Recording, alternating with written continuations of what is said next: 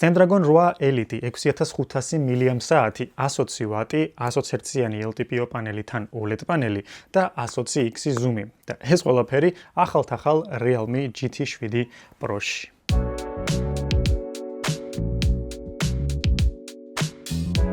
კი, ნამდვილად ეგ ყველაფერი Realme-ის ახალ smartphone-შია და როგორც შთამბეჭდავათაც ჟღერს ეგ ყველაფერი და ფურცელზეც წერია, იგივენაირად შთამბეჭდავი smartphone-ია თავიდან ბოლომდე ეს და პირველად არის თან ისე, რომ Realme smartphone-ის დიზაინი მომწონს ყველანაირად. ანუ, ჯერ აწყობის ხარისხით რო დავიწყოთ, გვაქვს ალუმინის კანტი, რომელიც არის ბრტყელი, მერე გვაქვს შუშა წინა და უკანა პანელზე, რომელიც 2.5D არის, ანუ ნიშნავს იმას, რომ არის ოდნავ მორკალული და მაგის ხარჯზე ტელეფონი ხელში ძალიან კომფორტულად თავსდება.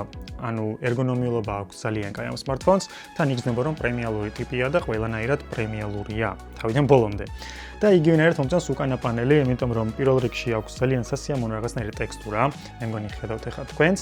ძალიან ლამაზია, ფერი აქვს თან განსხვავებული და ყველგან გამორჩეული და იდეაში იშვიათია, რომ ცოტა ესეთი მოწითალო, მოსტაფილოსფრო ტელეფონს შევხვდებით თან ეს ასე თუ ისე ფლაგმან და ძვირიან smartphones და იგივენაირად მომწონს კამერის მოდული, რომელიც საკმაოდ ლამაზად არის, მინიმალისტურად არის და კამერის გარშემო კიდე ალუმინის ჩარჩო აქვს აქაც. ანუ ამ შემთხვევაშიც უკვე პრემიალური ტიპია.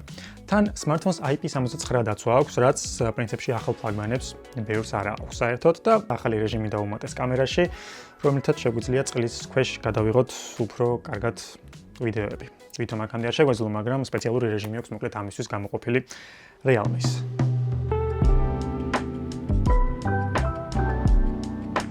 მერე გადავდივართ თვითონ ეკრანზე, სადაც ხდება 6.78 ინჩიანი OLED პანელი. არის LTPO პანელი და 1-დან 120 Hz-მდე გვითამაშებს განახლების სიხშირეს. გვაქვს ამაზე 6000 ნიტი პიკზე, ოღონდ HDR კონტენცია რა თქმა უნდა საუბარი. ისე ყოველდღიურობაში დაახლოებით 2000 ნიტამდე აღწევს, რაც ასევე ძალიან მაღალი და ძალიან კაი შედეგია. 1.5K გვაქვს გაფართოება ამაზე და ასევე პირველად Realme-ის ისტორიაში გვაქვს ის, რომ ანაბეჭდი სენსორი გვაქვს ახლა ამაზე ულტრაბგერითი. შესაბამისად, ბევრად სწრაფია, ბევრად კორექტულია და ხო, აქ არის ეკრანის ქვეშ იმალება მოკლედ. თვითონ ეკრანი ძალიან კაი კონტრასტით გამოირჩევა, მშვენიერი ფერები გვაქვს, მშვენიერი ხედვის კუთხეები გვაქვს ამაზე და ბევრს ვერაფერს ვერ ვიტყვი ამის ეკრანზე, იმიტომ რომ ძალიან კაი პანელია, ძალიან სასიამოვნო პანელია და ძალიან ნათელი პანელია ისე და ისევ. ამიტომაც გადავალ პირდაპირ წარმადობაზე და მუშაობს როგორც გეკითხარით Snapdragon 8 Elite-ზე და იდეაში ერთ-ერთი პირველი smartphone იყო, რომელიც ამ ჩიპსეტზე მუშაობდა და ალბათ ხვდებით, რამდენად კაი წარმადობა ექნება.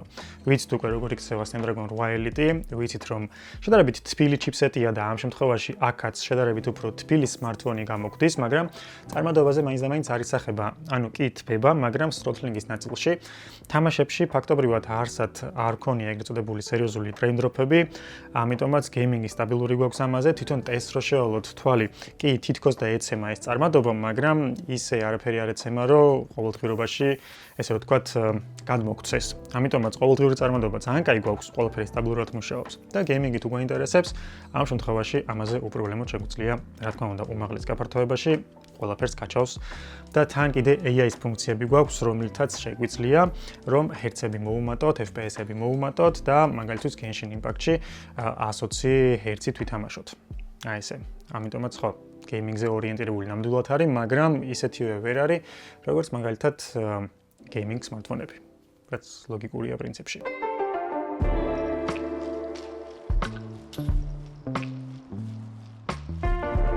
ელემენტს რაც შეეხება, ელემენტი გვაქვს 6500 mAh-იანი, გვაქვს 120 ვატიანი სწრაფი დამუხტვა ამ smartphone-ზე და ძალიან თავისუფლად ორდღიანი smartphone-ია. თუ რა თქმა უნდა, საშუალოდ მოვიხმართ ამ smartphones-ს. თუ აქტიურად ვაპირებთ ამის გამოყენებას, რაც იქნება ძალიან ბევრი ფოტოს გადაღება, ვიდეოს გადაღება, ცოტა გეიმინგი და აქტიური სოციალების სკროლვა, მაგ შემთხვევაში დღის ბოლომდე კაჩავს და კიდე გვაქვს დაახლოებით 20-30% დარჩენილი. ანუ ძალიან მაგარი შედეგია. ძალიან მომწონს ის ტენდენცია, რომ ნელა-ნელა უკვე იზრდება მAh-ები და უფრო დიდი ელემენტები გვხდება smartphone-ებში. ეს პრინციპში ფლაგმანი smartphone-ი მთლად არ გამოგვდის, იმიტომ რომ აი ხავე გეტყვით რამდენიმე წამში. ხო და მოკლედ ელემენტი ძალიან მონაგრად მუშაობს, რა თქმა უნდა, უსწრაფესად იმუხტება და დაახლოებით 34-37 წუთი შედება, რომ სრულად დაიმუხტოს, ამიტომაც თუ ვინმეს არ ყოფნით ის, რომ მალე ჩდება ესე ვიტყვი და ერთ დღეში დაждდება, შევაერთებთ თუ არა, მალევე დაიმუხტება და ისო შეგვიძლია გავაგრძელოთ გინ თამაში, გინ სხვა რამე. ხო და ფლაგმანი თქო ვერ არის მაინც და მაინც და რა თქმა უნდა კამერებზე გადავდივარ ეხლა. გვაქვს 3 კამერა ამ smartphone-ზე, საიდანაც ერთი არის 50 მეგაპიქსელიანი, სტანდარტული, მეორე გვაქვს 50-იანი 3ჯერადი მიახლოებით და გვაქვს 8 მეგაპიქსელიანი ultra-wide. ისე და ისევ ultra-wide ვერ არის მთლად ისეთ დონეზე და სტანდარტული და ტელეფოტო ლინზები რო ავიღოთ, იდეაში ესე ცალკე რო ავიღოთ, კაი ლინზებია, ანუ კაი ფოტოები გამოგვდის. ნორმალური HDR-ით, იდეალური HDR-ი ვერ არის, მაგრამ ნორმალური HDR-ი გვაქვს ფერების ნაწილში. ასე თუ ისე სტაბილურად სვავს და ეგეც მომეწონა, დეტალიზაციაც კაი გვაქვს, მაგრამ თუ გვინდა რომ შევადაროთ მის, რა ვთქვათ, ფლაგმან კონკურენტებს, მაგ შემთხვევაში რა თქმა უნდა ცოტათი ჩამორჩება და მაინც და მაინც ეგეთივე კაი წარმადობა მის კამერებს ვერ აქვს. ისე და ისე რაღაც მომენტში HDR-ი ურევს, რაღაც მომენტში ფერებსაც ისე ვერ სვავს მაგალითად სტაბილურად ყოველ ჯერზე, ანუ შეიძლება რამდენი ფოტო გადაიღო და ცოტათი სხვადასხვა ფერი მოგვცეს, მაგრამ მთლიანობაში რო ვთქვა და ცალკეულად რო ავიღოთ, კამერებს არ აუშავს, მაგრამ ფლაგმანებს ჩამორჩება რა თქმა უნდა.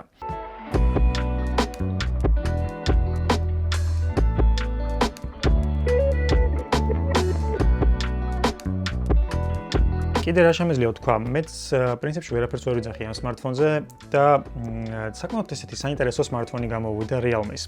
პირველ რიგში აღფრთოვანებული დავრჩი ამის დიზაინით და ძალიან მომწონს როგორც გამოიყურება, ნამდვილად ფლაგმანური დიზაინი აქვს და იგივენაირად მაგარი აწყობის ხარისხი. გვაქვს ძალიან კაი ეკრანი და ძალიან კაი წარმადობა. ერთადერთი რაც მოიკოწლებს როგორც გვხვდით არის კამერა, მაგრამ სხვა შემთხვევაში გვაქვს ძალიან მაგარი ელემენტი. ძალიან კაი ეკრანი, ძალიან მაგარი წარმადობა და ძალიან კაი აწყობის ხარისხი ამაზე. დაწერეთ აბა რას ფიქრობთ ახალ Realme GT7 Pro-ზე. მე დაგემშვიდობებით და ჩვენ რა თქმა უნდა შევხვდებით შემდეგ ვიდეოში. ნახვამდის.